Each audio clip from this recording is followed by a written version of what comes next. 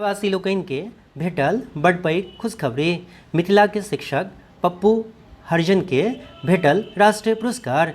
मिथिला के बांका जिला के अपग्रेड मध्य विद्यालय कुल्हड़िया अमीनपुर के हेडमास्टर पप्पू हरिजन के चयन राष्ट्रीय शिक्षक पुरस्कार 2018 के लेल कयल गेल अछि। मानव संसाधन विकास मंत्रालय राष्ट्रीय शिक्षक पुरस्कार के लेल बिहार सँ असगरे हुनका चयन केलक अछि। हालांकि अंतिम राउंड में साक्षात्कार के लेल बिहार सँ पप्पू समेत 6टा शिक्षक के बजौने रहे। 5 सितंबर को शिक्षक दिवस पर पप्पू हरिजन के नई दिल्ली के विज्ञान भवन में आयोजित समारोह में राष्ट्रपति रामनाथ कोविंद पुरस्कार प्रदान करता।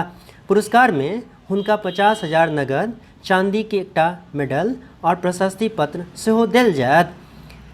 एकर बाद राज्य सरकार के दिस सँ सेहो 30,000 रुपया पुरस्कार के रूप में भेटत। ब्यूरो रिपोर्ट, मिथिला तक।